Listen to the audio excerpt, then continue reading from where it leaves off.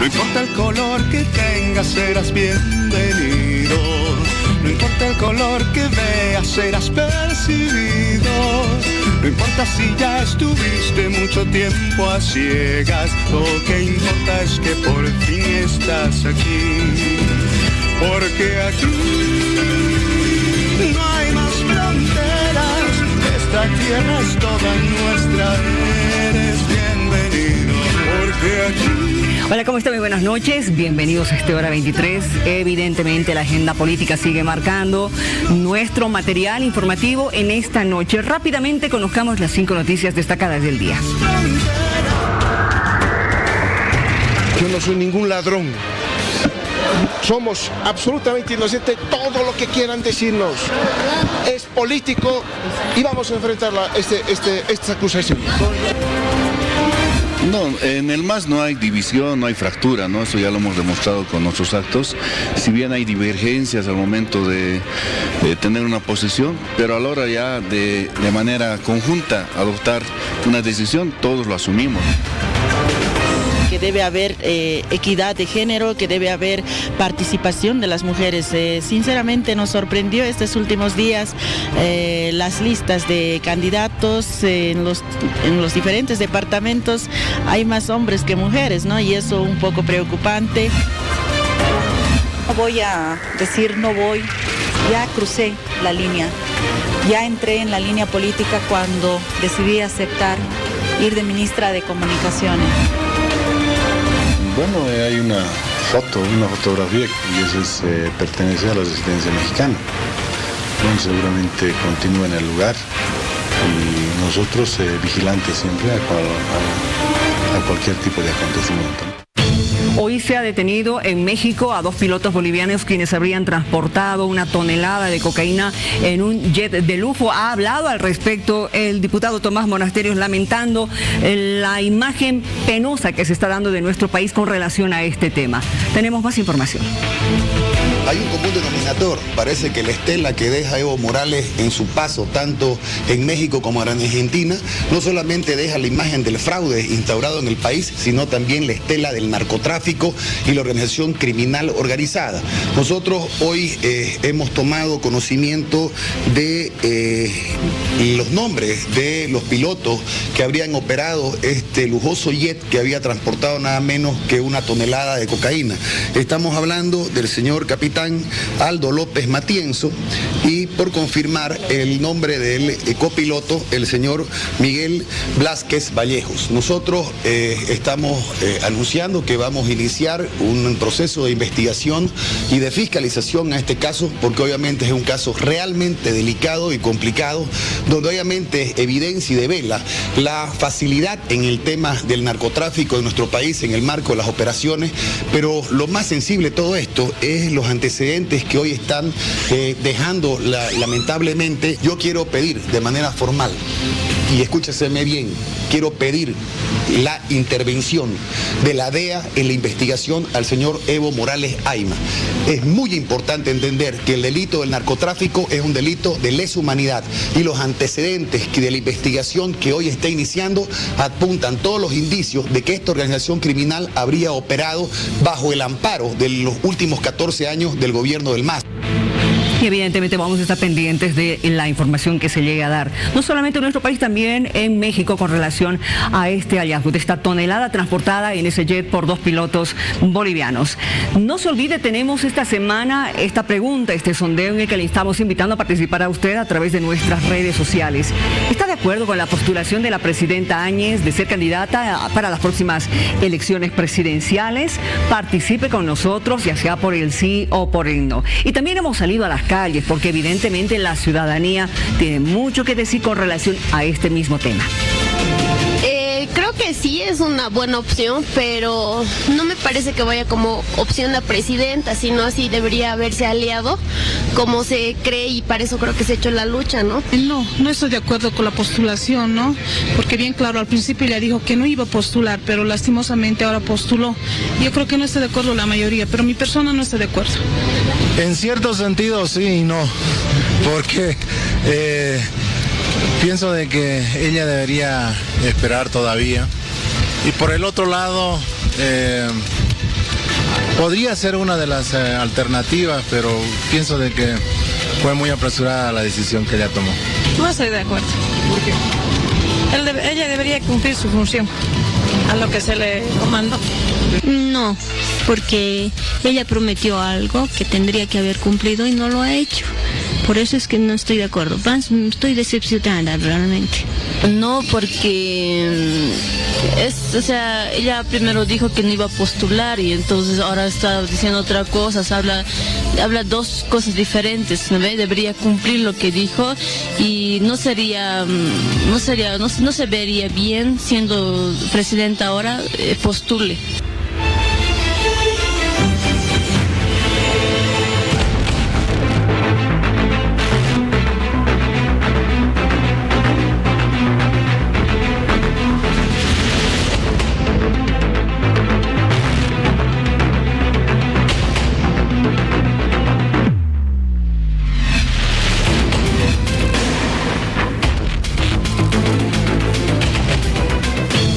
Recibimos la visita del padre Mateo Bautista, que es un hombre, un religioso que ha estado llevando durante muchos años una bandera. El defender el tema de la salud, de que se dé un porcentaje respetable para que diferentes sectores deprimidos, con diferentes problemas de salud, pues por fin sean atendidos. Padre, ¿cómo está? Muy buenas noches. ¿Cuánto tiempo ya lleva usted en su lucha? Bueno, el proyecto de ley fue presentado en el año 2015. Hace 5 años. 5 años, como proyecto de ley, ¿no? Pero ya hacía unos años antes que veníamos sugiriendo que era importante un incremento, ¿verdad?, en el presupuesto de salud. Pero la presentación en la Cámara de Diputados como proyecto fue por primera vez en el 2015. Recordamos los hechos que hubo. Después se presentó por segunda vez en el 2017. Y esperemos que la tercera sea la vencida. Y fue el 27 de noviembre que se volvió a introducir por la Cámara de los Diputados. Le han introducido, pero hasta ahora no podemos cantar todavía victoria, padre. Exacto. A pesar de que usted ha hablado esta mañana con la presidenta, ¿qué le dijo la presidenta? En primer lugar, le agradecimos porque fue una decisión histórica. Es importante saber que ya en el año 1986 el Colegio Médico presentó esta petición. 1986. El gobierno de entonces respondió con cierta, yo diría también agresividad, y quedó ahí. Entonces decidimos que era mejor que fuera una ley, porque la parte legal da confianza, da estabilidad, y una ley que fuera vinculante para todos los gobiernos, ¿no? Y la idea era muy sencilla, poder llegar a los 2 dígitos, no a un 10, con lo cual íbamos incluso a recuperar las muchas deficiencias que tenemos durante muchos años, y sobre todo íbamos a hacer un replanteo también, ¿verdad? Un estudio científico, no solo de las necesidades sino de las posibilidades, un consenso, estudiar también con un método científico que hubiese un control, ¿no? Incluso una parte ética. No debemos olvidar que en el mundo de la salud hay mucha corrupción, hay sobreprecios, ¿no? Es un negociado, ¿no? Claro, para que se tuvieran en cuenta todos estos aspectos. Y por tercera vez, como digo, en el 27 de noviembre, y siguió su curso con nosotros contentísimos, porque en pocos días la Comisión de Salud de la Cámara de los Diputados lo aprobó, dio el visto bueno. Lo remitió al Comité de Salud, lo cual estuvo muy bien porque estos pasos son filtros y mejoran los proyectos. Aunque en realidad nuestro proyecto es tan sencillo, 10% del presupuesto del Estado. Pero nada más, ¿no decía nada más el proyecto? Nada más. Nada más. Y no, nada digo, menos. Es que ese tiene algunos 10%, puntitos muy sencillos. Eso hay que conocer, que pero la esencia es no menos de 10% y según las necesidades del país. Y entonces el Comité de Salud lo aprobó y lo remitió al presidente de la Cámara de Diputados. Justo se lo remitieron el día 16, nosotros de diciembre. Nosotros llegamos aquí a La Paz el día 16 y lo visitamos. Y él mismo lo pidió, lo firmó delante de nosotros y el 17 de diciembre se lo remitió el Ejecutivo al Gobierno. ¿Por qué? Porque según el reglamento se deben hacer 3 informes técnicos legales de todos los proyectos. Y en este caso le corresponde al Ministerio de Presidencia, al Ministerio de Economía, porque hablamos claro de un presupuesto, y por supuesto el de Salud. Y según el reglamento de la Cámara de Diputados se dispone de 20 días hábiles. ¿Pasó más de 20 días? Sí. El día 16 de enero, el mismo día que la señora Presidenta anunciaba, cumplían los 20 días hábiles. ¿Y por qué nos preocupa? Porque si en esos 20 días hábiles los ministros no responden, prácticamente se sobreentiende que no van a aceptarlo. Claro, lo cual es una contradicción, porque quien lo presenta, los diputados, recuerden que nosotros hemos animado, hemos impulsado, pero siempre lo deben presentar al menos 2 diputados o senadores. Y el gobierno actual es de un partido, que todos sabemos, demócratas. En las elecciones, en las campañas, daba el candidato 10 puntos, incluso bajo notario. Y el primer punto, vamos a recordar que era el 10%.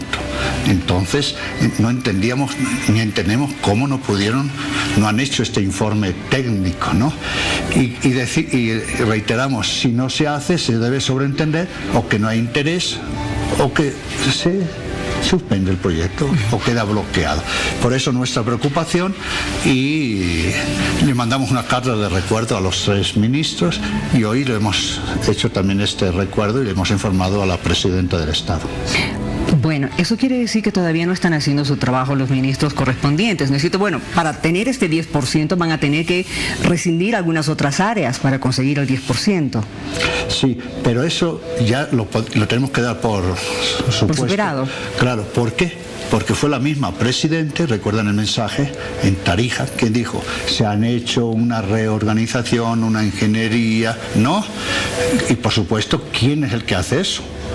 El ministro de Economía con sus ayudantes, ¿no? Impensable, además nos lo ha recordado hoy la Presidenta, una Presidenta no va a decir esa noticia si antes no lo ha trabajado con el ministro de Economía. Y con lo cual quiere decir que ese trabajo ya está hecho y es posible. Bueno, el ministro de Salud ha señalado de que este 10% va a favorecer al sector de oncología, por ejemplo, ¿no? Para los enfermos con cáncer, también para los pacientes renales, y que va a fortalecer el SUS. Claro. Mire, el proyecto 10% no es solo de financiación, es una cosmovisión de la salud de Bolivia, ¿no? Por eso hemos dicho que es primero como un replanteo, ¿verdad? Como tener un mapa, primero de la situación, un buen análisis de todos los grupos sociales, que debe incluir primero, lo más importante, la educación en salud, la promoción en salud, ¿no? Esta promoción es esencial para que vivamos en clave de salud. Después viene la parte de asistencia. Ahí necesitamos los ítems del personal, necesitamos los consumos, los medicamentos y necesitamos la infraestructura hospitalaria, ¿no? Pero no basta con eso. ¿Qué necesitamos? Necesitamos preparar especialistas. Y eso no se prepara en un año, ni en 2, ni en 3. ¿Y por qué necesitamos preparar especialistas? Porque no puede ser que haya algo grave al extranjero. Las emergencias de Bolivia no se puede llamar Argentina, Brasil o Estados Unidos. Pero no basta con eso. ¿Qué necesitamos? Trabajar los cuidados paliativos, ¿no? Porque hoy no solo es atender cuando se enferma, es también que viene la muerte. Pero ¿cómo tenemos el mundo de la discapacidad? Lamentable. Y el mundo de la salud mental. También. Y vamos a la ley del cáncer. La ley del cáncer es muy positiva, pero la ley del cáncer no está reglamentada y no está debidamente financiada, ¿no? Si no tenemos este 10%, no lo podemos hacer. El SUS es una bendición, pero el SUS, como cualquier proyecto, no se puede presentar por un tema coyuntural, rápido, sin un consenso con todos, ¿no? Sin ver que un proyecto, como lo queramos llamar, como el sur, cada vez va a demandar más servicios, lo cual es normal, porque queremos que todos los bolivianos tengan acceso. Hemos estado viviendo años durante casi el 60% no tenía un seguro. Entonces necesitamos también el 10%. Pero en Bolivia tenemos realidades como esta. Somos el único país del mundo, de América del Sur, que no hace, por ejemplo, trasplante de médula ósea. Que es un problema. Claro. ¿Qué le decimos a una mamá de que su hijo tiene 14, 5, 15 años, que tiene leucemia, que ya en su última tratativa necesita un trasplante? No, papá, mamá, en Bolivia no hay. Le ponemos sangre, le ponemos el plasma, le ponemos las plaquetas y la muerte. ¿O cuál es la otra alternativa? Tienen que buscar no menos de $80.000 para empezar y marchar al extranjero. ¿Por qué tenemos que ser el único país? Pero mírense ustedes, tenemos los profesionales preparados, especialistas, la Sociedad de Hematología, tenemos todos los aparatos, todos, ¿no? No hay una voluntad política. Por eso el 10%, permítame que insista, que es toda una cosmovisión y que nos implica una responsabilidad, porque ojo, donde hay recursos tiene que haber respuesta, responsabilidad, control. Hay que llegar a corrupción cero. Una excelente fiscalización. Y en medio de esto habría que comenzar con algo que habíamos insistido en el gobierno anterior y no se ha podido realizar. Una encuesta sobre el estado de salud de los bolivianos. Claro. ¿Cuántos enfermos renales tenemos? ¿Cuántos con problemas de presión alta? ¿Cuántos con este problema de que necesitan trasplantes? Personas con cáncer, personas con diabetes. Hay diferentes sectores del país que se encuentran hoy desatendidos totalmente. Sí, sí. Por eso, al igual que en una enfermedad, lo primero es el diagnóstico. Y en el sistema de salud, hacer un diagnóstico. Y esto es bueno porque permítame algo que puede ser curioso, pero mira, la salud es muy barata. ¿Cómo que barata? Gratis. ¿Dónde? Porque es muy caro la enfermedad. Ah, bueno, sí. Es cierto, hay que saber cuidarse, ¿no? Hay que saber cuidarse, evitar evidentemente enfermarse, pero y ¿qué hacer con las... ¿Me permite un dato histórico? Se están riendo aquí en controles. En el 1702, Bernardino Ramazzini era un médico que trabajaba con los mineros en Italia. Y él acuñó esa famosa frase, más vale prevenir que curar. Bernardino Ramazzini en 1702. Y él escribió una frase que es muy llamativa. Dice, yo sueño con que haya un día en que a los médicos no se les pague por atender a los enfermos, sino a los sanos. Por eso esta visión, este diagnóstico tiene que empezar por este punto fundamental. Y además, ¿por qué tenemos que insistir en un proyecto de 10%? Porque pensemos las dos grandes fuerzas que nunca las podemos olvidar, salud y educación. Díganme, ¿se puede enviar a un niño enfermo a la escuela? No ¿podemos mandar a una mamá enferma a hacer sus tareas? ¿A un trabajador enfermo? Sin salud no hay inversión, sin salud no hay progreso. Incluso le digo más, sin salud no hay paz. Fíjese cuántos conflictos y agresivos ha vivido Bolivia por el asunto de la salud. Por eso es muy importante que lo demos como prioridad. Nuestro proyecto va a insistir en que salud se declare sector prioritario. Por eso necesitamos los informes de los ministros. A ver, háblales directamente a esos ministros que todavía no han hecho este informe. ¿Quiénes tienen que ser? Pero antes le quiero hacer a usted una pregunta. A ver, diga, pero yo no me tomé el pelo. Me permite, ¿no? Sí, sí, sin tomarme el pelo. Por favor, padre. No, se lo digo porque esta frase se la dije a la presidenta esta mañana, ¿no? Porque me dice educación y salud a veces, y le dice, se la voy a copiar, padre. Bueno, ¿sabe usted quién escribió técnicamente el proyecto 10% para la salud? Dígalo. El ministro de Economía, Parada. Oscar Parada. Entonces, ¿cómo puede ser que el ministro que lo ha hecho, ¿no? Tenemos el ministro de Salud que ha hecho tantas declaraciones. La presidenta ya ha dicho 10% en mi gobierno. Entonces, ¿cómo podemos entender al pueblo boliviano que no se haga un informe y que siga adelante cuando todos lo quieren aprobar? Y miren que tenemos una bendición, ¿eh? El 100% de los diputados y senadores, el 100%, ya los hemos seguido, todos van a decir que sí. ¿No? Ya nos han confirmado que sí. Y hemos recalcado que esto no tiene ideología política, ¿no? Y por cierto, ya quiero aprovechar, como va a haber campañas electorales, yo le quiero pedir a los señores candidatos y candidatas que por favor no hagan política con la enfermedad de la gente de Bolivia. No hagan política a costa de los enfermos, del cáncer de la gente, de los que necesitan un trasplante, porque eso es inmoral. No se puede hacer política con la salud, pero debemos tener una buena política de salud, ¿no? Por eso es muy importante que este proyecto esté aprobado antes de que empiece la carrera, ¿no?, normal de las candidaturas y de las propuestas, ¿no? Pero por favor, no utilicen a los enfermos para sus intereses particulares. Este es un proyecto que no tiene ideología política, no tiene color de necesidad. Y por eso, señor ministro, la plata del país no es de usted, es de todos los ciudadanos, ¿no? Y pedimos que hagan ese informe para que siga su curso, porque Bolivia lo está necesitando, ¿no? Y tenemos que insistir porque muchas personas dicen, pero padre, ¿no está ya aprobado la ley con la palabra del presidente? No, eso es que en su gobierno se va a dar un 10%. Pero ¿cuál es nuestro temor? Y me va a permitir. Mire, en 2015 hubo un ministro de Economía. ¿Y qué le dijo? ¿Y qué dijo el ministro de Economía del país? ¿Pero cómo? Si ya tenemos un 11,5. Que no había tal 11,5. Sí. A ver, y yo le digo a ustedes, queridos bolivianos y bolivianas, ¿no?, ¿cómo va a haber un 11,5 en el 2015 si en el 2020, hoy día, ¿no?, queremos llegar al 10 y estamos en 6,7? Y bueno, ¿cuál es nuestro temor? Que venga otro ministro de Economía y que nos diga, no, ya hay un 11,5 o no hay plata. Por eso es que usted quiere que este proyecto de ley sea una ley vinculante. Claro. Para todos los gobiernos. Los bolivianos. Y ojo, es nunca menos de un 10% y según las necesidades. ¿Qué quiere decir? Que como va a aumentar la población, ojo, y el envejecimiento también, ¿no? Y va a haber más demanda de salud. Por ejemplo, hace 20 años, ¿quién pedía una resonancia? ¿Qué médico?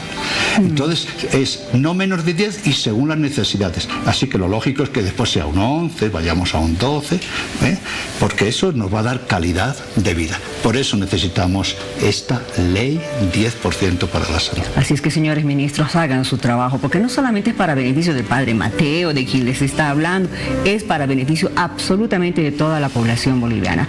De una vez que se puede ejecutar ese porcentaje, porque realmente hemos fallado como país en esta demanda que es la atención de la salud en Bolivia.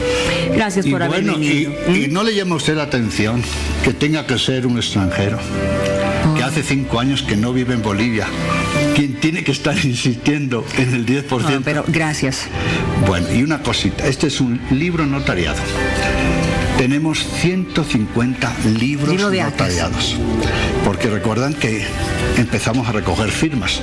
Tenemos 102.207 firmas, incluida la del ministro de Economía, la de la presidente, ¿no? 102.000 bolivianos hace 5 años dijeron queremos el 10% para la salud. Por eso que se tenga en cuenta este pedido. Pero también somos claros. Aquí nosotros no tenemos ningún interés económico. Al revés, nos cuesta mucho dinero mantener esto, porque hay que viajar al día, ¿no? Pero si no llega ese informe, volveremos a pedir al pueblo boliviano sus firmas para que realmente los ministros de este gobierno se den por aludidos, lo cual no cabe en nuestra mente cuando la presidenta del Estado ya les ha pedido, ¿no?, el 10%. Al igual que usted, nosotros tampoco lo entendemos. Gracias por haber venido, padre. Un gusto haber hablado con usted. Deme la manito. Que le vaya muy bien. Y ahí, nos vamos con eso. Este es el pedido para toda la población. El 10% para el sector de salud.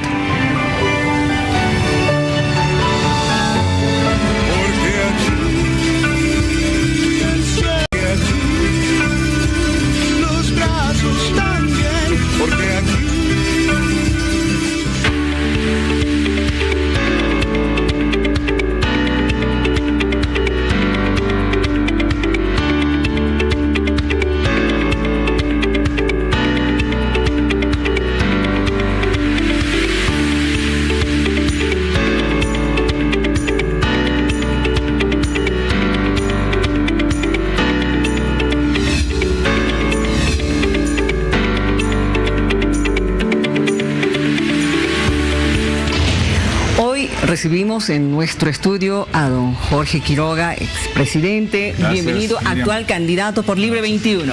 Así es, 21 en homenaje al 21F, a 21 días de lucha y que es hora de que empiece el siglo XXI con Bolivia integrada al mundo de este siglo. Nos estamos viendo después de un mes. Más o menos. No. Estuve una vez acá, pero Para la época navideña. Sí. Claro, pero conmigo para la época Contigo navideña. sí, de la ¿No época es cierto? navideña, Mira, exacto. tantas cosas han pasado desde entonces.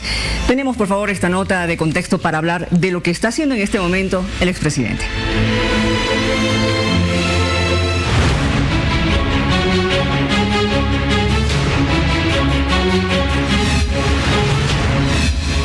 Fue la presidenta del país, Yanine Áñez, quien en una ocasión más y de forma pública pidió la unidad de los políticos para hacerle frente al movimiento al socialismo en estas próximas elecciones electorales.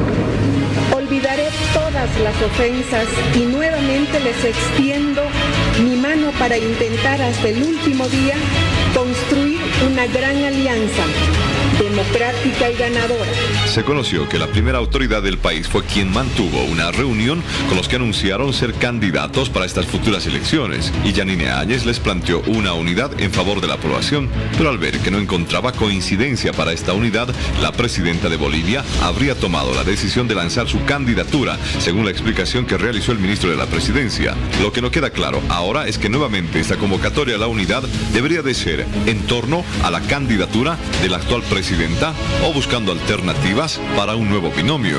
Pero si bien se hacen estas afirmaciones sobre unidad de los políticos en Bolivia, los parlamentarios de la línea de la presidenta Áñez dicen que se debe de insistir en una unidad política para bien del territorio nacional. No hay peor gestión que la que no se hace. El día de hoy necesitamos los bolivianos que se agoten todos los esfuerzos. Si bien es cierto, hay algunos procedimientos legales y administrativos que ya se han ido cumpliendo en función de plazos, cuando hay voluntad, principalmente voluntad política y vocación de servicio al pueblo, creo que eso no debería ser lo que evite esta unidad.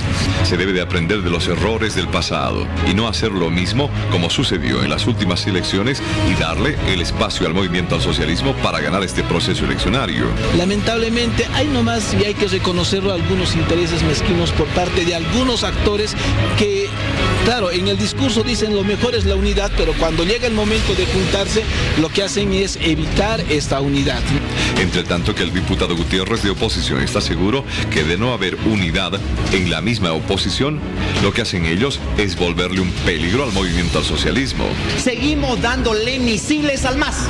Día tras día le damos misiles al MAS para que se rearticule. Vuelvo a repetirle, el país debe saber, el MAS es el peligro, siempre lo fue y va a seguir siéndolo mientras obviamente no le demos motivo. Pero también afirma que una segunda vuelta en estas próximas elecciones recién podría acercar a los opositores, pero que no se debería de esperar a última hora para este objetivo.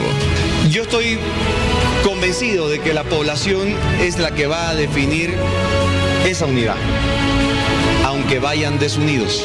Vuelvo a repetir, hay una lógica de la población de desasosiego a partir de las malas decisiones que han tomado los políticos de oposición en este último tiempo. A quien no les importa si están unidos o no para estas elecciones es el movimiento al socialismo, porque ellos dicen que ganarán en una primera vuelta. A nosotros nos tiene sin cuidado, pero yo decía ayer que sean presidentes o candidatos a presidente, hasta los ministros, ¿no? Están en su derecho. Y a ellos tendrán que analizar cómo pueden lograr unidad entre ellos, ¿no? Pero hasta el momento lo único que vemos es que se van fraccionando y eso va cada día fortaleciendo al movimiento socialista. Ahí está. Las posiciones con relación a lo que ha pasado en estos últimos días. ¿Qué dice don Jorge Quiroga? ¿Porque usted también le ha caído de sorpresa la decisión de la presidenta? A ver, había rumores, circulaban versiones en los días antes, ¿no? Ya el día que se anunció ya no era sorpresa. Pero no cabe duda, aquí estuve en tu programa en diciembre, yo estuve en México en programas de televisión allá, estuve con prensa española. A nombre de Bolivia tomé la palabra en el Consejo Permanente de la OEA, estuve en Mercosur, en decenas de programas internacionales defendiendo que este era un gobierno de transición, que se le iba a extender el mandato con el fin de hacer elecciones libres, que era la posición que tenía el gobierno en ese entonces, expresada no solo a mí, sino públicamente una y otra vez, incluso señalando que sería deshonesto de parte de la Presidente candidatear. El mismo gobierno, la misma Presidente decía eso. Fue la posición que defendí. Causó sorpresa afuera. He recibido decenas de llamadas de gente que me ha escuchado en programas de televisión, en la OEA o en espacios internacionales. Y me ha escuchado y me ha creído, como yo también pensé que era la posición, que cambió. Yo no cambié la posición. Yo he peleado contra el uso del gobierno para seguir en el poder en Venezuela el 2007, en Nicaragua el 2010, en Cuba el 2018, en Bolivia contra Evo Morales todo este tiempo. Y por eso creo que más allá de los criterios jurídicos, dificultades económicas, el hecho de que el MAS ahora diga, ajá, no es Evo Morales el único que candidatea desde el gobierno, ahí está otro ejemplo. Creo que lo mejor es ir de raíz. Yo voy a proponer que en septiembre, en las elecciones regionales y locales, hagamos un referéndum para eliminar la reelección inmediata. Claro, porque eso es lo que usted me comentó en diciembre. Le comentó a todo el país, ¿no? Que se elimine de una vez la reelección presidencial. Así es, antes de Navidad, me acuerdo, había un arbolito. Exacto. Pusimos y me pediste, creo, algunos deseos, y un deseo era que nunca más estemos sujetos a estas crisis que provienen de un gobierno que fue elegido bajo una constitución que le daba 2 mandatos, forzó el tercero, estaba buscando el cuarto, haciendo un fraude monumental. Porque ¿qué sucede? Porque se personaliza el gobierno, todos los jueces, todos los fiscales dependen del gobierno de turno. Yo solía, como filosóficamente, teóricamente, respetar el sistema de Argentina, Brasil, de Colombia, una reelección, 2 mandatos de 4 años. Fíjate que Colombia cambió, ha eliminado la reelección. Yo creo que es bueno que sigamos los pasos de Colombia. Eliminar la reelección inmediata trajo problemas con Santos, que perdió un referéndum de La Paz, le implementó y se personaliza el gobierno. Creo que era sano y muy bueno evitar la reelección inmediata, y yo propongo y planteo al gobierno, a líderes políticos, que hagamos una reforma a la Constitución para en septiembre, junto a las elecciones regionales y locales, eliminar la reelección inmediata. Usted que ha estado en contacto con la presidenta, porque ha estado como delegado, ¿quién cree usted que le ha cambiado la idea a la presidenta? ¿Quiénes están por detrás? Porque bueno, recientemente la ex ministra ha hablado de Rubén Costas, ha hablado de Óscar Ortiz, ¿quiénes estarían detrás de este plan? A ver, yo no conozco las deliberaciones internas. Con ella he hablado una sola vez este año. El año pasado sí, un par de veces, cuando defendí la posición que ella expresaba públicamente respecto a que era un gobierno de transición. Y ojo, yo sé que hay un debate jurídico sobre esta materia, pero claramente hoy, Miriam, estamos en 29 de enero. Sí. Estamos fuera del periodo constitucional de 5 años. Estamos en un periodo extraconstitucional o inconstitucional, como quieras describirlo, cuyo mandato se extendió para tener continuidad en el Estado y para que se hagan elecciones. Creo que nadie preveía que esa extensión iba a ser un trampolín.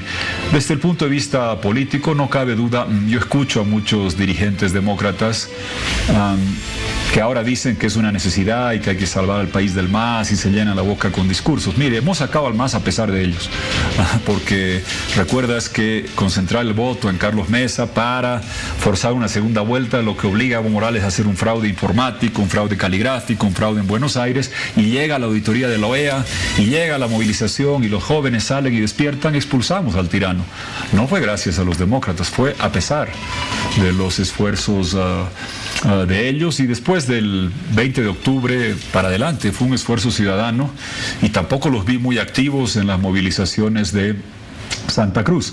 Terminaron con 4% de la votación, y claro, ahora están en el gobierno y me imagino que están buscando una forma de quedarse. Creo que no es bueno, no es sano, porque esto va a traer consecuencias políticas. El MAS ya está diciendo, ajá, ven, Evo Morales no era tan pecador, se puede candidatear desde el gobierno. Ahora se argumenta que se lo va a hacer solo fuera de horario laboral. Te lo digo por experiencia, la presidencia es un trabajo de 7 días a la semana, 15 horas al día. No es de 8 días, de 8 horas por día, 5 días por semana. La gente juzgará, evaluará, pero reitero, el tema de fondo es y la población ya está eliminemos la reelección inmediata. La población ya está hablando con relación a este tema, ¿no es cierto? Va a ser en horario de oficina, no va a ser, qué va a pasar los fines de semana, pero en fin, también están pidiendo que se conforme un solo frente. A ver, esto discutimos el año pasado. El 20 de octubre no hubo un solo frente, hubo 9. Sí. La gente sabe, hay que confiar en la gente.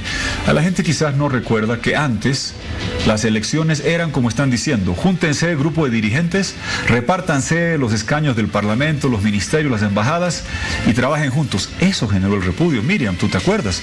Los acuerdos políticos de repartija de pegas, de cuoteo, que llegaron a su paroxismo cuando hubo el acuerdo MNR-MIR, que se los veía el 2002, ¿te acuerdas? Sí. Enemigos mortales. Coalición. Y después que se juntaron, generó repudios. Sobre eso cabalgó Evo Morales.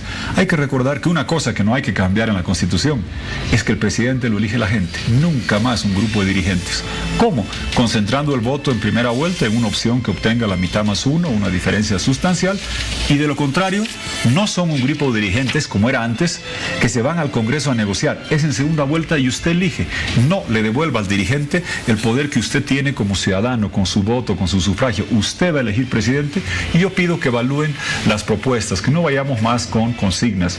Hemos presentado, hay muchas candidaturas, una sola propuesta, la que hemos presentado. En tu ausencia estuvimos acá con Vania explicando cómo hacer de Bolivia corazón verde digital, con Bolivia sede de las manufacturas de baterías de litio, repartiendo las acciones de las empresas del Estado a todos los bolivianos mayores de edad, sin narcotráfico, sin corrupción, con seguro universal de salud, con una Bolivia líder de la recuperación democrática en el hemisferio y abierta a la integración económica. He hecho una propuesta detallada, ahora escucho muchas candidaturas, ojalá que los bolivianos puedan demandar que todos tengamos la propuesta, que es lo que la gente está esperando. Y si no me equivoco, ya son 10 candidaturas.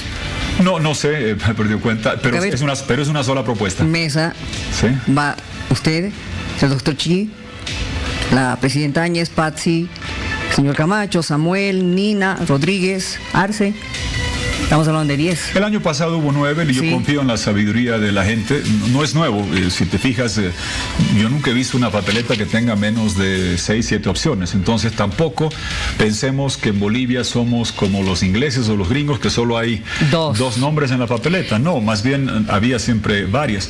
Creo que 14 años, Miriam, se votaba por consigna. El más o el anti-más, Evo o el anti-Evo. Ahora, francamente, no pintemos el diablo en la pared. El más con fraude, con el Estado, con el uso abusivo de los recursos del gobierno y de los medios de comunicación, ha sacado un poco más de 40% si le quitas el fraude. Ahora estará en el orden de la mitad de ello. Yo te aseguro que en segunda vuelta una opción que no es el más va a ganar este gobierno, esta gestión 2020-25. Queremos ser esa opción. La pregunta es, ¿va a ser un gobierno sólido, firme, capaz, con propuesta para evitar que el más vuelva el 2025, como volvió Cristina Kirchner en Argentina, como volvió Ortega en Nicaragua, como volvieron los militares en Egipto después de un gobierno de Morsi? Ese es el desafío que tenemos y me parece que por eso mismo hablemos de propuestas y me extraña que se han inscrito ya alianzas y la única propuesta que he recorrido todos los canales, en tu ausencia, reitero, estuve acá, es la que hemos presentado. Ojalá se presenten propuestas. Ahora, don Jorge, el tema de la pacificación, que tiene que ser uno de los temas principales de cada candidatura, de todos los que propongan algo. Todavía no tenemos una pacificación al 100%, porque hablan del MAS y de inmediato empiezan nuevamente a surgir rencores y todo lo demás. Esto no le está haciendo bien al país. A ver, sí, pero yo creo que tenemos que saber que el que nos dividía ya se fue, ahora nos uniremos. El que violaba la Constitución y hacía fraude se fue, ahora respetemos la Constitución y hagamos elecciones sin fraude. Parte de la Alianza del Libre 21 es Lino Vilca, que tiene un liderazgo enorme en el Departamento de La Paz, un dirigente desencantado del MAS. Él trabajó con Evo Morales y él, como muchos, quedó decepcionado de que se despilfarró esta oportunidad genuina. Evo Morales, con el respaldo que algún día tuvo, podía haber sido el Nelson Mandela de Bolivia, el gran unificador. Prefirió ser rehén de los cocaínas cocaleros del Chapare, del Cocaleros del Chapare de Cochabamba, imponer esa agenda y ser servil a Maduro, a los Castro en Cuba, cuando tenía otras condiciones, podía haber hecho otra cosa, y justamente por eso hemos empezado con una unidad, con un grupo de aymaras, paseños, porque queremos romper ese clivaje, esa división artificial. Como decía Lino Vilca ayer, de repente, ustedes quieren pititas, nosotros queríamos cercos. Ahora, más allá de cercos y pititas, trabajemos todos juntos. Con ese espíritu estoy yo. He aprendido de que hay que trabajar sin esas divisiones que fueron artificialmente impuestas por Evo Morales. Yo sé que él es más indígena que yo, todos tenemos sangre mezclada. Los Quiroga llegaron en 1850 y tantos a Cochabamba y no llegaron casados. En la licuadora todos salimos mestizos, y si él apellida Morales y mi madre apellida Ramírez Morales, tampoco es que uno es marciano y el otro es de acá. Creo que eso ha sido un maniqueísmo impuesto de un gobierno que usó eso, y sin embargo tú ves toda la gente procesada por corrupción, toda la gente asilada en México. No hay indígenas, hay mestizos ladrones. Ahora, la Presidenta está pidiendo unidad de todos los frentes. Usted también dice, ahora nos uniremos. Sí. ¿Cómo nos vamos a unir? Bueno, yo voy a trabajar en unir a la gente, en unir con aymaras, como hemos empezado con Lino Vilca. Hoy hemos tenido 3 actos y ayer otros tantos, y nos faltan 2 más esta noche, con un grupo de jóvenes que son parte vital de la recuperación de la democracia, que estuvieron en las calles, que lucharon para expulsar a la tiranía. Esa es la unidad que vamos a trabajar para gestionar, y yo no lo voy a hacer con doble discurso. Yo soy de principios. Para mí la reelección inmediata es veneno. Propongo que se le elimine y no busco subterfugios y no una promesa escrita. Votemos un referéndum para que se elimine, para nunca más estar sumido en estas crisis que tanto daño han hecho. La alternabilidad en el poder es sana, es buena y es necesaria. Busquemos esa unidad, y no que yo escucho decir, ajá, hay muchos candidatos, entonces presento una candidatura más, o llamo a la unidad pero divido a Comunidad Ciudadana y me saco a los alcaldes de La Paz y al gobernador de Tarija. Me parece que no hay coherencia entre lo que se dice y lo que se hace cuando se ingresa de esa forma, y me preocupa, Miriam, darle argumentos al movimiento, al socialismo. Lo que más necesita Evo Morales es no ser el único que candidatea desde el gobierno, no ser el único que usa y abusa del Estado.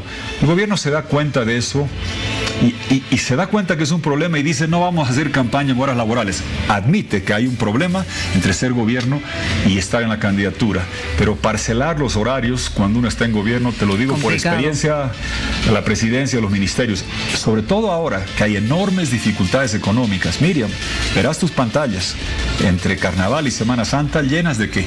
De protestas presupuestarias, universidades, magisterio, alcaldías con problemas, regiones, jubilación de policías, nivelaciones salariales. Verás muchas protestas, propio de la época. ¿Qué sucedía? Antes no había la dificultad económica que hay ahora, y había un gobierno con legitimidad electoral, con mayoría parlamentaria, con manejo de sectores que hoy no se tiene. Me temo que incluso vamos a tener semanas muy complicadas en el tiempo que se avecina. Un gobierno de transición, Miriam, podía haber dicho, estoy acá haciendo elecciones, vaya a pedir su reivindicación, universidad, jubilado, benemérito, policía, al próximo gobierno.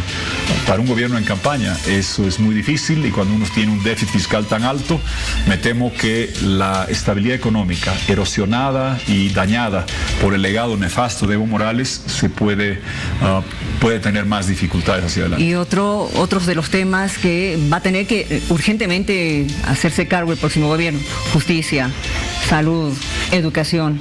Así es, no, hay que hacer, por eso hemos planteado un programa de reconstrucción económica, Bolivia Corazón Verde Digital, sede de la manufactura de baterías de litio y la entrega de las acciones, la propiedad de las empresas, no de una rosca masista del pueblo. Cada boliviano mayor de 18 años recibe la acción, que se valoriza en el tiempo. Inicialmente valdrá 8.000 a 10.000 bolivianos, sube de valor, todos somos agentes económicos activos, intransferible, heredable, embargable, y te vuelve a todos inmediatamente sujeto de crédito. La gente de 20, 25 años no tiene cómo ir al banco, no tiene garantía. Con esto todos podremos ser sujeto de crédito. Junto con la reconstrucción económica, la reparación democrática, justicia independiente, aduana, impuestos, caminos, con la mejor gente.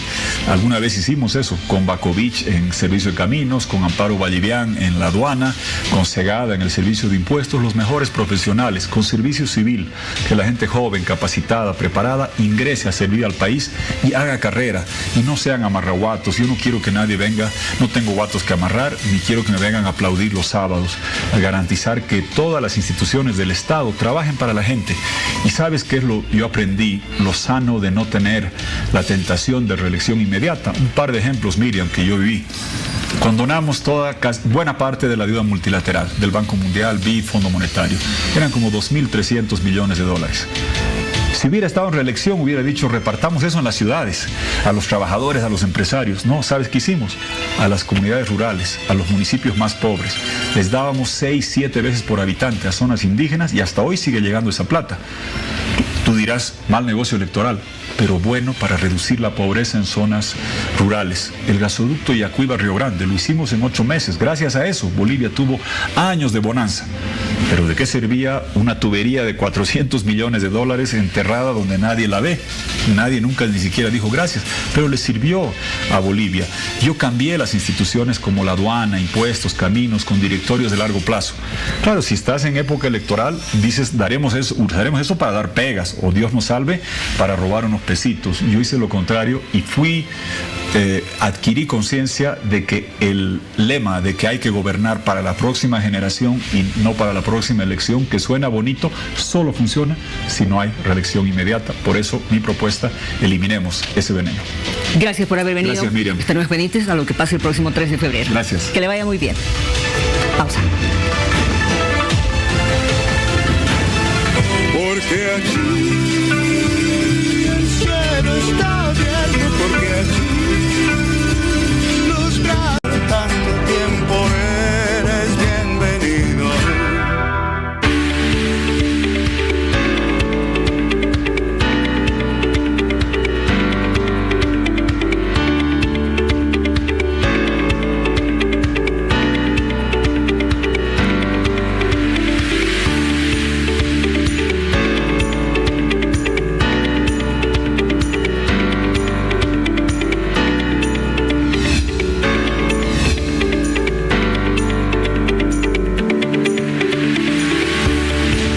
Hoy tenemos la visita del ex vicepresidente Víctor Hugo Cárdenas, flamante ministro de Educación, que ahora conforma este nuevo gabinete de la presidenta Yanine Áñez. Bienvenido. Miriam, ¿cómo está? Muy buenas noches. Buenas noches y un saludo cordial a los 9 departamentos del país. Ayer la presidenta ha tenido palabras de elogio para usted. Le quedo muy agradecida, me sorprendió, ha sido muy afectuosa, muy cariñosa. Yo ya la admiraba por el trabajo anterior. En poco tiempo ha logrado avances realmente sorprendentes. Por eso le felicité públicamente y también a su equipo ministerial, así que es un honor integrar el equipo que colabora con ella. Ahora, un vicepresidente como ministro de Educación, muchas personas se han preguntado y se han sorprendido con su nombramiento. No, pues ustedes saben que, usted, Miriam, y todo el país sabe que desde muy pequeño yo me enamoré de la educación. He sido profesor desde los 7, 8 años. Mi papá era maestro rural interino, autodidacta, y enseñaba 6 cursos de primaria, de primero a sexto, y además el preparatorio. Y cuando yo ya supe y aprendí a leer, escribir y contar, mi padre me encargó el preparatorio y el primer curso. Desde entonces viene mi cariño por la educación. Siendo vicepresidente, me enamoré de la educación. Siendo candidato a diputado y siendo diputado, trabajé por la educación, por el desarrollo indígena, la educación intercultural, y siendo candidato el año pasado también hice varias propuestas educativas. Así que la educación es la constante. Trabajar ahora por la educación, pues es algo que a mí me encanta y es lo mejor que puedo hacer y servir a mi país. Además tiene un título en Ciencias de la Educación. Así es, tengo títulos de pregrado y posgrado en educación, en gestión pública, en desarrollo local, en comunicación política, en marketing electoral. La vida académica me encanta, ¿no? Hice estudios de doctorado en educación, enseñé y enseño en universidades nacionales y extranjeras, aquí en universidades públicas y privadas. La educación es mi mundo, así que si en eso es como es lo mejor que sé hacer, quiero contribuir al éxito del gobierno de la presidenta Áñez. Siendo entonces catedrático en universidades, ¿se ha dado cuenta del nivel en el que están nuestros estudiantes que salen de colegio? Problemas, Miriam, con A ver, graves cuéntele al país los que qué salen de problemas tenemos, colegio, sí. pero también los que salen de universidad. Sí. Hay muchos graduados de universidad que no encuentran trabajo.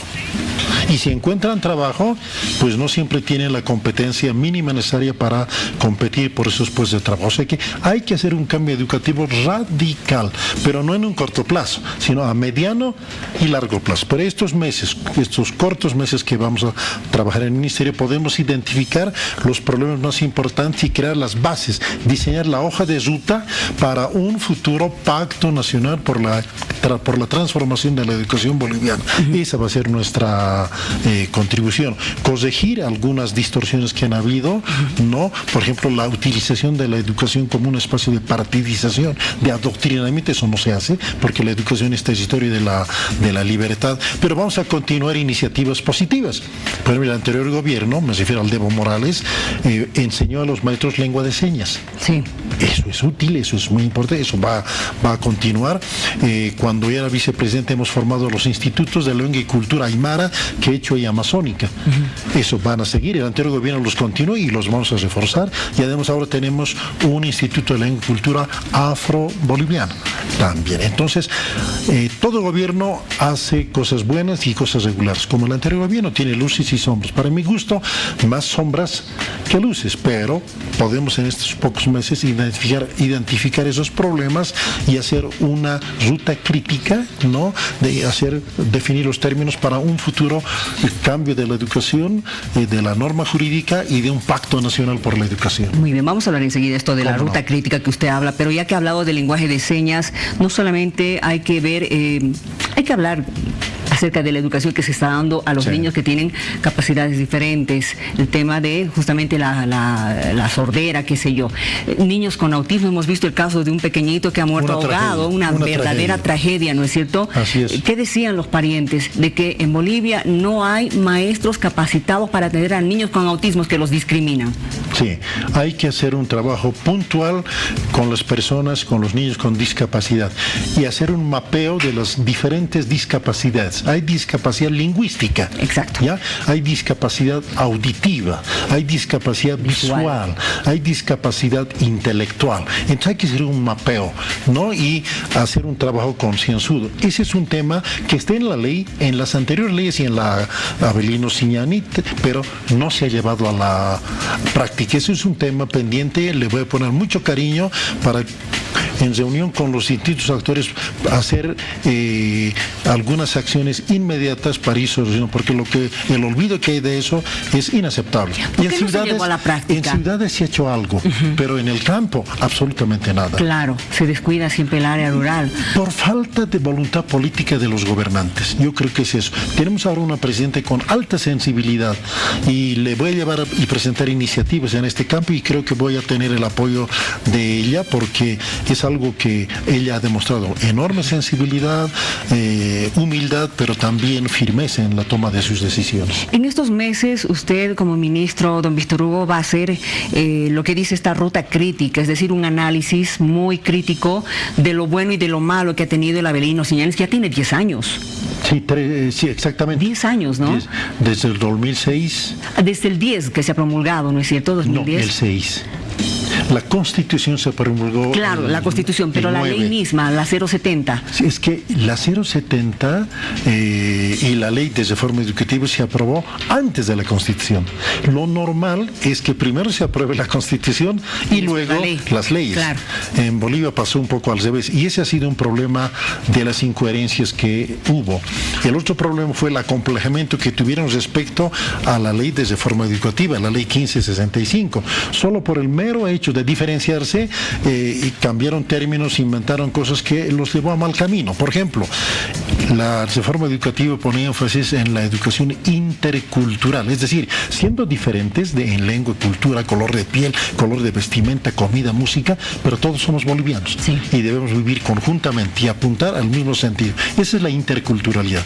Pero si uno privilegia, yo soy indígena y no quiero meterme con nadie, eso es lo intracultural. Solo te encierras en lo tuyo. Lamentablemente estos 13 años hemos vivido en un enfoque de intraculturalidad y no de interculturalidad. Por eso ha creado lugar a enfrentamientos, a avasallamientos, a asaltos. Y la educación tiene que contribuir a una convivencia democrática. Eso hay que cambiarlo.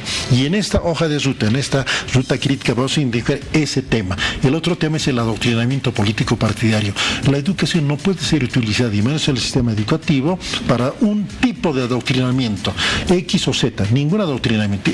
La educación es el territorio de la libertad. Muy bien, el territorio. ¿Qué queda la descolonización, despatriarcalización? Es una buena idea. Vivir bien. Exactamente, es una buena idea la descolonización que usted pregunta, Miriam. Hay que consolidarlo. Yo creo que se agotó en discurso y no se lo llevó a la práctica. Se habló mucho de descolonizarnos, pero una práctica colonialista ha sido, por ejemplo, hacer gritar a nuestros militares, a nuestros soldaditos, patria o muerte, venceremos. Es un colonialismo socialista. El Che Guevara inventó ese grito y humillaron a nuestras Fuerzas Armadas. Menos mal que este gobierno ya lo anuló. Ahora nuestros militares ya no gritan. Descolonización quiere decir sentir y pensar con cabeza propia. Eso es lo más importante, y eso no se hizo. Y en educación se puede avanzar mucho. Entonces, vamos a trabajar en concretar visiones de descolonización, pero en acciones educativas específicas. Un desafío. Y el otro desafío que vamos a hacer, los niños y los jóvenes deben apuntar a desarrollar el pensamiento crítico, a resolver problemas, no a memorizar, no a repetir materias, sino a resolver problemas, a ganarse la vida lo más temprano posible, a saber ser puntual, a saber ser responsable, respetuoso del mayor, solidario con los demás, higiene, respeto a la convivencia social. Es decir, esos son los valores que se miden en la educación. Pueblo educado es un pueblo que no roba, no avasalla, no golpea. No necesita de la policía para que uno le controle. Uno mismo se controla. La ciudadanía democrática responsable. Esa es la verdadera educación. Y el uso de instrumentos tecnológicos contemporáneos. Los niños y las niñas, es increíble. Hay escuelas donde les prohíben el uso de celular, de computadora, pero en su casa, en la calle, están desde los 2 años manejan perfectamente. Computadoras, increíble.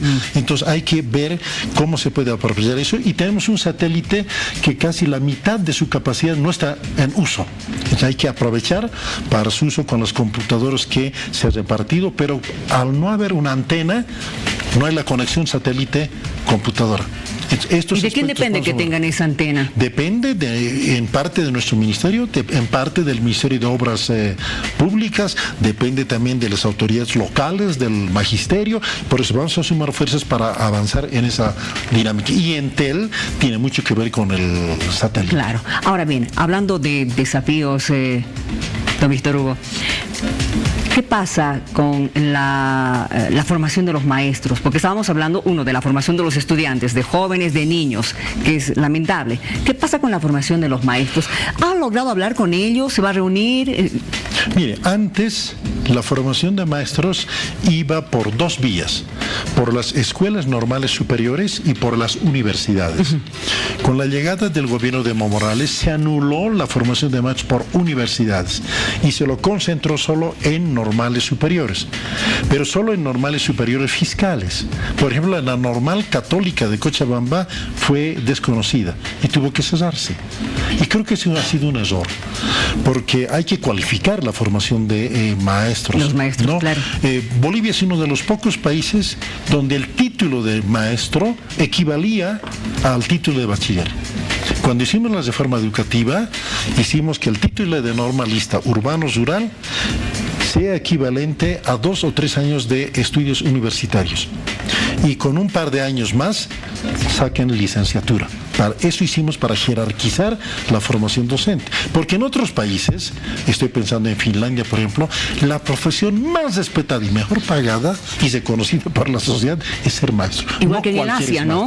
En el Asia ser maestro es ser una personalidad muy importante. Hay un trato injusto al maestro o la maestra. Eso hay que cambiar. Y por otra parte, capacitarlo en metodologías contemporáneas, actuales, que pongan como el jovencito de la película, no al profesor, sino al estudiante. estudiante, de métodos activos, métodos que fomentan su pensamiento crítico, descubrimiento propio. Entonces, toda esa tarea hay que hacer, y el gobierno anterior hizo un intento interesante que acabó con muchos problemas. Me refiero al Profocom, un programa de formación complementaria del magisterio que tuvo diversos problemas, diversos altibajos, y quiero ver... ¿Qué altibajos? No tenemos, por ejemplo, una evaluación. ¿Ha ido bien? ¿Ha ido mal? ¿Se ha utilizado política partidaria como hay varias denuncias?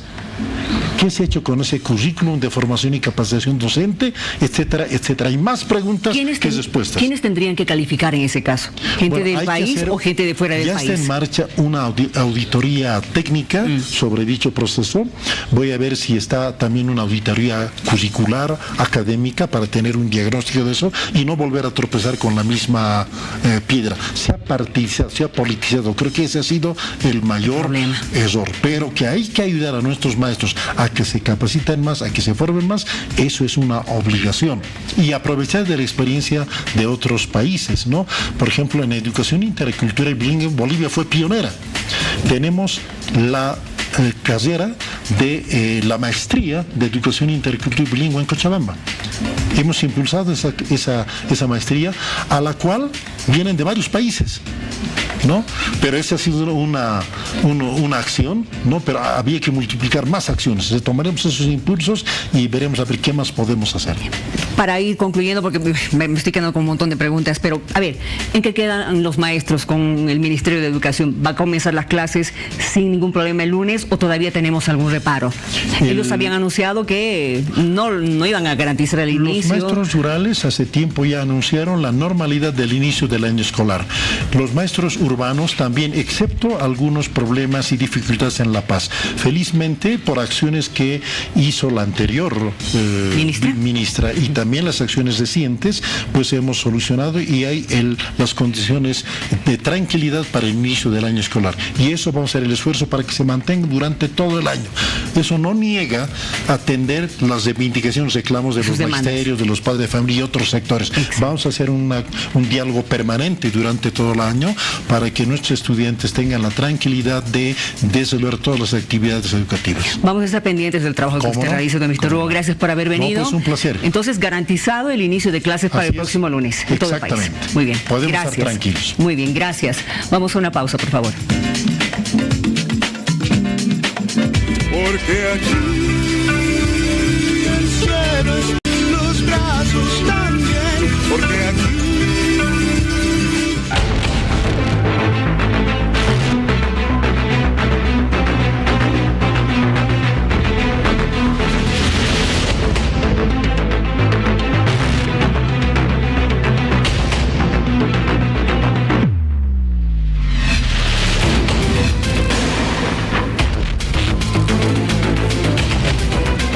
Vamos a hablar justamente de ese tema. Para ello estoy recibiendo en este hora 23 al doctor Eduardo León. Gracias por venir. Esta mañana usted ha hecho noticia, ha estado prácticamente en todos los medios de comunicación con esta denuncia que está haciendo en contra del fiscal general. ¿Cómo está? Bien, gracias a usted y gracias a todo el país que nos está viendo. A ver, ¿cuáles han sido los móviles que le han llevado a hacer esta denuncia en contra de la Anchipa? Bueno, mire, el país entero, todos los ciudadanos que nos están viendo, la gente que nos está escuchando, ha sido testigo de que el fiscal general ha anunciado a todo el país que dentro del proceso que se sigue al señor Juan Evo Morales y al señor Faustino Yujra, quienes están investigados por la Fiscalía del Estado, se habría emitido supuestamente una orden a pedido del fiscal Juan Lanchipa para que se active por parte de Interpol el sello azul, en principio, que es de búsqueda y ubicación de una persona. Y en forma posterior señalaron de que se ha pedido y que ya está activado el sello rojo referente a la ubicación y captura de la persona. Sin embargo, aquello es falso. Aquello es una mentira que se está haciendo al pueblo boliviano y se está jugando con el interés supremo de la pacificación del pueblo. Y quiero señalar categóricamente que es la Fiscalía que está generando las condiciones para que vuelva no solamente Evo Morales al país, sino que todas las personas que le han secundado puedan quedar libres de culpa. ¿Por qué dice que es falso todo aquello? Aquello, mire, está establecido y señalado por un primer informe del 13 de enero firmado por la Interpol, en la cual dice que conforme a la nota enviada por el fiscal Juan Lanchipa, fiscal general del Estado, referente al señor Morales Ayma Juan Evo, carnet de identidad 2763595 Oruro, esta ha sido solicitando la activación del sello azul. Dicha documentación, dice, fue puesto en conocimiento de la Secretaría General de la Interpol con sede en Lyon, Francia. Lo que nos llama la atención y lo que el pueblo tiene que ver es que con claridad dice este informe que tras un examen jurídico la Secretaría General ha llegado a la conclusión de que el registro de los datos contenidos en la difusión no sería conforme con el párrafo 1 del artículo 2 y del artículo 3 de la Constitución de la Interpol. Quiere decir que lo que ha pedido el fiscal no está de acuerdo. O sea, un fiscal... ¿Quién tenía que haber pedido? Autoridad. Es que lo que no sucede, es el fiscal en este caso. Claro, el fiscal general pide. Y aquí están las solicitudes que el fiscal ha pedido. Aquí están las solicitudes. Activación del sello azul y activación del sello rojo. Perfecto. Firmado por Juan Lanchipa. Es decir, él pide. Pero hay un elemento que es bien importante. Aquí le señalan de que él ha pedido, o sea, un fiscal, la primera autoridad de los fiscales en todo el Estado, no ha cumplido una norma básica de Interpol. ¿Cuál es esa norma? La norma está referida al reglamento de la Interpol sobre tratamiento de datos y la constitución de la Interpol. En ese sentido, se tiene que un fiscal no puede pedir la activación de ningún sello a Interpol, solamente puede pedir una autoridad jurisdiccional, quiere decir un juez, para que pueda activarse estos sellos. Y es más, en consecuencia, le dice la Interpol, la notificación no se publicará. Y la información relativa a la persona, vale decir al señor Juan Evo Morales Ayma, será eliminada de las bases de datos de la Interpol. Además, los canales de Interpol no pueden utilizarse para la comunicación relacionada en este caso. Rechazado absolutamente. Primer informe. El 15 de enero del año 2020 llega un segundo informe relativo a la activación del sello rojo. Y nuevamente les reiteran, a solicitud del señor fiscal general, establece que tras los elementos citados, la Secretaría General de Interpol concluyó que la notificación al señor Juan Evo Morales Ayma no es conforme a los artículos 2-1 y 3 del Estatuto de la Interpol, que la solicitud de notificación sobre dicha persona no se publicará y los datos acerca de la persona indicada se eliminarán de la base de datos de Interpol. Es decir, que estos dos informes establecen que la Fiscalía, el fiscal general del Estado, ha mentido al país al haber señalado que primeramente él tendría competencia, pero está bien claro que establecerle que los fiscales no tienen competencia, tienen atribuciones. Los únicos que ejercen jurisdicción y competencia son los jueces. ¿Estamos hablando de descuido, de desconocimiento o de qué? No, estamos hablando de un acto deliberado. Este es el mandamiento de aprehensión que supuestamente estaría vigente contra Evo Morales. ¿Por qué cree que ha sido un acto deliberado, doctor? Porque, mire, no se puede entender que una autoridad, que es la máxima autoridad de los fiscales, tenga que cometer ese tipo de errores. Hoy día hay que hilvanar las cosas, hay que juntar las cosas con lo que pasa con el tema del señor Arce Catacora esta mañana, ¿no es cierto?, donde él dice que no va a declarar. Sale una fiscal y bien elegante me dice, no va a declarar porque el señor tiene que revisar los datos, y sale su abogado, ¿no? Sale su abogado y dice, como son tantos cuerpos, se va a tomar 10 días el señor en revisar, y después de los 10 días recién vamos a pedirle que nos cite. Cuando en otros casos actúan de manera clara y evidente. ¿Qué es lo que pasa en el caso del señor Gustavo Tosico? Pasa lo propio. Entonces, no es solamente el fiscal general, sino los fiscales que están actuando devolviendo favores a quien lo han elegido. Vale decir, al MAS. Les está devolviendo favores al movimiento, al socialismo, porque ellos lo pusieron ahí, y por supuesto que ellos son los que ahora le piden de que actúe en consecuencia a lo que ellos le han dado la confianza. Estamos un tanto sorprendidos con lo que usted nos está comentando en este momento. Perfecto, estamos hablando de una justicia que todavía estaría obedeciendo o devolviendo favores, como usted señala. Pero en el caso de personas que han retornado y que tendrían sentencias, por ejemplo, tampoco se están movilizando. No, pero es que lo que hay que hacer aquí es que lo que pasa es que la justicia, ¿no es cierto?, está en neutro. no sabe o echarle para la izquierda o echarle para la derecha. O me mantengo mi camiseta azul o me mantengo mi camiseta verde, amarilla, roja, la que sea. Es muy grave lo que usted me está diciendo, doctor, porque en ese caso se supone que la justicia debería estar bien puesta para poder defendernos a todos. No, y la justicia, yo lo vuelvo a reiterar, la justicia es el peor cáncer que tiene Bolivia. Ir aquí en La Paz nomás, entre lo que es la calle Socabaya hasta lo que es la Genaro San Ginés, es un drama. Ver a gente que no puede exponer sus casos a la luz pública, que está siendo coaccionada, está siendo asaltada en los tribunales de justicia, en las fiscalías, y ver a esa gente llorar.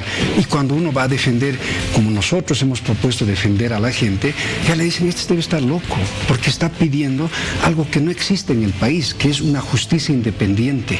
Y por eso todos estos actos que están realizándose en la Fiscalía son actos que muestran que la justicia sigue contaminada y que la justicia lamentablemente está encarcelada por poderes políticos que no la dejan funcionar de manera transparente. Gracias por haber venido, doctor. Vamos a continuar haciendo seguimiento a lo que vaya a venir después de lo que usted ha presentado esta denuncia. Muchas gracias a usted y que Dios bendiga a Bolivia. Que le vaya muy bien. Porque aquí el cielo está abierto, porque aquí los brazos también. Ya se está viviendo el carnaval en algunas regiones de nuestro país, como en Padilla, por ejemplo, Chuquisaca. Nuestra querida Marcelita Zuleta nos va a dar un reporte de cómo se está viviendo ya este inicio de carnaval. Marcelita, ¿cómo estás? Buenas noches. ¿Cómo estás, Miriam? Muy buenas noches. Así es, ya se sienten esos aires carnavaleros y tradicionales. Tal es el caso del municipio de Padilla, en esta región, que es tradicional a nivel turístico y cultural. Estamos junto al concejal del municipio de Padilla, don Simeón, para hablarnos un poquito de este carnaval padillense. ¿Cómo está? Muy buenas noches, bienvenido a Hora 23. Bueno, gracias, muy buenas noches. Bueno, agradecer a este prestigioso medio de comunicación de Bolivisión. Verdaderamente gracias por la entrevista. En ese sentido queremos pues aprovechar este momento para hacer una invitación extensiva a todos los hermanos y hermanas quienes quieren conocer Padilla, quieren visitar Padilla en este 2020, Carnaval 2020. Quisiéramos que sean parte de esta fiesta tan alegre que es allá en el municipio de Padilla, pero más que todo invitarles por el tema de su gastronomía, por el tema de su bebida y lo más importante es por el tema de su alegría, ¿no? Que allá es un derroche de alegría. Tenemos 10 días de carnaval, imagínense, y creo que es lo más importante disfrutar. Quienes lo visitan a Padilla, lo pasan de lo mejor. ¿Por qué? Porque es un pueblo humilde, un pueblo sencillo, un pueblo acogedor, lleno de emoción, lleno de alegría, y al mismo tiempo también, ¿no? Quiere compartir la gastronomía, que tiene una gastronomía pues tan diferenciada de lo que es el tema del derivado de chancho, el picante de pollo criollo, pero en el tema del derivado de chancho lo más importante que podemos allá tener el tema del freido, la fritanga, el chorizo, pero también tenemos el derivado de leche, como son las tablillas, las hojarascas, la leche de tigre que lo llamamos allá. En tema de bebida tenemos la chicha natural, la chicha charque. Lo que usted tiene en mano, ¿podemos mostrar, por favor? Así es, esto es la chicha charque, y a la cual quisiera invitarle para que saboree el sabor de esta exquisita chicha, y es en ese sentido pues queremos invitarles en este carnaval, queremos que sean todo parte, ¿no? ¿Por qué? Porque es uno de los mejores carnavales del departamento de Chuquisaca. En ese sentido pues queremos también a ustedes como medio de comunicación, quisiéramos que sean parte de este carnaval, queremos invitarles a ustedes como medio de comunicación, les esperamos en Padilla a partir del 25, 26, 27, 28, 29, todos los días es carnaval. Y bueno, finalmente decirles también el tema de transporte, ya no es lejos Padilla, antes era 18, 20 horas, ahora son 2 horas, 3 horas de viaje, estamos ya de acá desde la ciudad de Sucre, allá en Padilla. Y medios de transporte tenemos, yo les quiero decir, a cada hora. Entonces los lugares de ubicación de los transportes puede ser en la terminal o puede ser en la parada Tarabuco, donde salen los trufis, a cada hora están saliendo ahí. También hay de viceversa, ¿no? De ida y vuelta. Entonces no hay problema, entonces tenemos todas las comodidades. Lo único es decir, quiero ir a Padilla, y en 3 horas están de acá de la ciudad de Sucre en Padilla para celebrar, alegrarse, gozar de la gastronomía, gozar de su bebida. Van en la mañana y pueden retornar a la tarde a descansar tranquilo acá a la ciudad de Sucre. Y la belleza no puede dejar de faltar en este carnaval padillense. Estamos junto a la reina del carnaval padillense. Julie, ¿cómo estás? Muy buenas noches, bienvenida a la reconciliación maravillosa. Muy buenas noches. Mi nombre es Jessica Rodas, actual reina del carnaval padillense. Les hago una cordial invitación a que vengan a Padilla, al mejor carnaval padillense, donde podrán disfrutar de los platos típicos, las bebidas exquisitas, donde podrán saltar y poder escuchar los mejores grupos que van a llegar. Van a saltar sin parar, divertirse. ¿Festeja en pandillas este carnaval? ¿Cuál es el festejo? Se festejan en comparsas, entonces les invito también a que puedan formar parte de la comparsa Caprichosas. Muy bien, hay varias comparsas. Sí, son más de 20 comparsas. Les invito a que puedan formar parte de la comparsa, bailar, así en grupo, divertirse. Muy bien, gracias Jessica. Ahí está, la belleza combinado con lo que es la cultura, la tradición del carnaval padillense. Así, un poco al ritmo de este carnaval. Y la deliciosa chichita tradicional que no puede faltar de Padilla. Nos despedimos, Miriam. Gracias, haciéndonos antojar. Marcela, no vale así. Pero algún día podremos estar allí en Padilla. Gracias a toda la gente linda de Padilla, allá en Chuquisaca. Gracias a ustedes, como siempre, por haber estado con nosotros en esta edición de Hora 23. En próximas horas nos encontramos. Te esperamos. Los brazos también, porque no importa el color que tengas, serás bienvenido. No importa el color que veas, serás percibido. No importa si ya estuviste mucho tiempo a ciegas. Lo que importa es que por fin estás aquí. Porque aquí no hay más fronteras. Esta tierra es toda nuestra.